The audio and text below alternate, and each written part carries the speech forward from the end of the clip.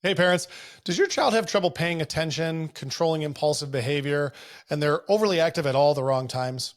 Look, these are all symptoms that commonly get tested and they get bucketed into the diagnosis of ADHD. But having talked with hundreds of parents about the diagnosis and natural ways to help, there's still a lot of confusion on if a child actually has ADHD, what are the causes, and how do we help them without the need for regular medications? So, in this video, we're going to look at ADHD through a different lens. More than just a diagnosis. We want to look at the symptoms, but we also want to look at how the brain and nervous system influence the body systems to bring about the attention, focus, and impulse control that you want for these kids.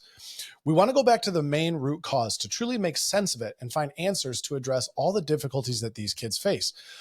I'm Dr. John Thomas with Pure Chiropractic. So today, let's dive into ADHD. So parents who are looking for a drug-free option, they're usually told by a teacher, a school administrator, or a counselor that medication is the only, but also the best option. And a lot of times it's just not congruent with their beliefs. And it also goes against the parent gut that we talk about a lot in our office. Additionally, there's many dads, but sometimes moms too, that they attribute the ADHD symptoms as something that's genetic. There's a belief that it's something you struggled with, so it makes perfect sense that your child should struggle with it too. And that really couldn't be further from the truth. This video here is designed to give us the opportunity to look at ADHD through a different lens altogether. One that talks about how this is simply not just a struggle in the brain, but the nervous system's input to the brain. And ADHD isn't just a hyperactivity, but it turns into a huge energy drain as we get older, especially in later elementary years and the teenage young adult years. So we ask you to share this information with someone you know who's struggling with these challenges. It always brings a story to my mind about a boy in our office named Matthew. We met him at a local event, and his parents were so frustrated because the only option they were being given for him when he couldn't sit still in class, he was having difficulty at home unless he had an iPad in front of him or some sort of entertainment. And the ability to focus for truly more than 30 minutes in school was an almost impossibility. And so his parents were told that daily medications was going to help calm him down, and that was really his only option. And mom and dad hated that option for him. They saw it as a long-term problem that he'd be taking medications every day. And now I'm proud to say years later, he's a calm student. He's an A student. He does exceptionally well in school, and he's no longer getting reports back to his parents that he's a distraction to other kids in class. So we want to know, how does that happen in the first place? And I think to really understand how to help, we first have to understand what's actually going on with these kids, because ADHD isn't just a busy, overwhelmed brain. The body can actually be overwhelming the brain too. And this will cause the entire central nervous system to shift into fight or flight mode. And if this happens too often or for too long, the nervous system starts to shut down its efforts to heal and adapt well. The question most parents have, though, is where does the stress come from? And we always think about the external environment, but we also have to think about four key stressors that are really truly overlooked on a regular basis. Number one, we focus on high stress, high risk pregnancies. They put mom and baby into a sympathetic dominant state, and it shifts their nervous system into fight or flight protective mode. And in that place, there's always going to be cause for future concern. We look at number two as birth interventions. Forceps, vacuum extraction, C-section, even inductions place a physical component of stress, usually in the upper neck and shoulders, which overwhelms the neuromotor development of these children. Number three, fussy or colicky influence. Usually they struggle with reflux or constipation, and the constant overwhelming input to their autonomic nervous system causes their body to react with symptoms.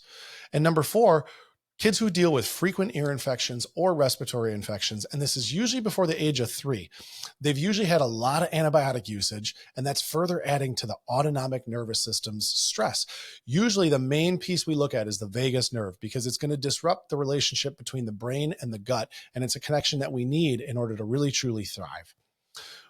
Ultimately, when the nervous system gets overtaxed and overworked, and you have these four stressors signaling it to the brain, all those responses are full-on fight or flight protection. And this affects every area of the brain. The motor centers, they're called the cerebrum. This is going to cause those kids to not be able to sit still well. Their midbrain, their limbic system, specifically focusing on the hippocampus, this affects their ability to focus, pay attention. And then you have the prefrontal cortex, which is going to affect socialization for these kids, situational awareness, and honestly, overwhelmingly, the ability to be calm and self-regulate themselves. The point of this is ADHD isn't just hyperactivity. An overwhelmed body and brain cause brain fog, focus, and attention issues. And if you don't address them, they're a huge energy drain for these kids. This is actually quite common to see with ADHD kids as well, especially if they struggle with all four of the causes above. They're more wound up, therefore more tired, instead of actually being more hyperactive. And this happens for a few main reasons.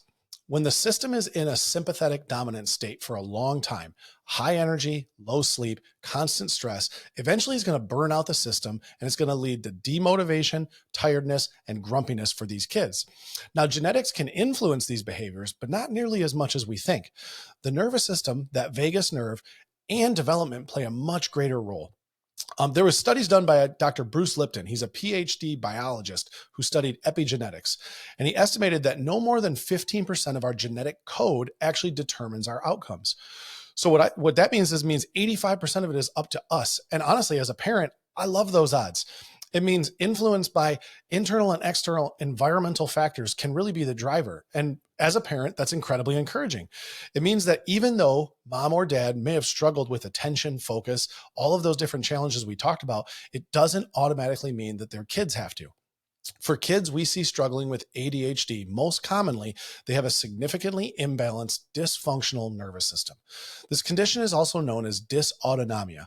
The most common presentation of this is an overactive and excessive response within the sympathetic fight or flight gas pedal side of the nervous system, and thus leads to an underactive or understimulated parasympathetic brake pedal side of the nervous system.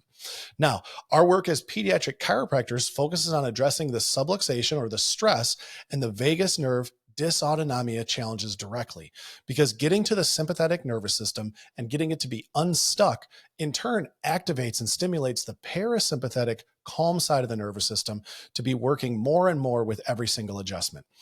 While every individual adjustment is able to stimulate and activate the nervous system in a certain way, it takes time and repetition to make these long-lasting changes within the brain and the autonomic nervous system. Now, most parents and caregivers begin to report positive changes in the first few weeks for younger children, but usually over a matter of a few months for the older kids. And many others experience almost instantaneous change. And the reason for that is their nervous system is begging for the opportunity to be calm. The term we always talk about for this change that happens with time and repetition is called neuroplasticity. It's a natural, normal part of brain development. And in kids, it's also extremely important in the recovery from any sort of traumatic birth or brain injuries. We start by first looking at taking an in-depth personalized history on each one of these kids. And the exciting aspect of our work is when we directly get to measure the subluxation patterns, that dysautonomia for these kids, with our incredible insight scans.